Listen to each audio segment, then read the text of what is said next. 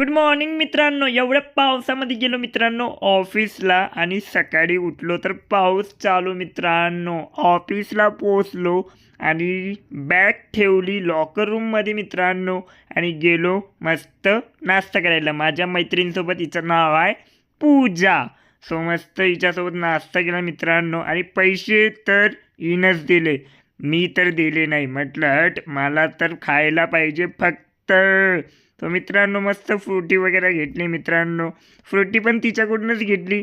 So मित्रांनो मस्त frutti पिली आणि शिवकुमारसोबत मस्त परत आम्ही आमच्या कामाला गेलो मित्रांनो. मग काय लंच ब्रेक झाला मित्रांनो. टिफिन नाही आणला होता, कंपनीच्या बाहेर गेलो मित्रांनो. निलंगा राईस पोट भरून खाल्ला मित्रांनो. त्यानंतर कोल्ड्रिंक पेली मित्रांनो. मग काय राजू भाऊने कडक स्माईल दिली आणि मी पण माझं थोबाड बघत होतो आरशामध्ये मित्रांनो.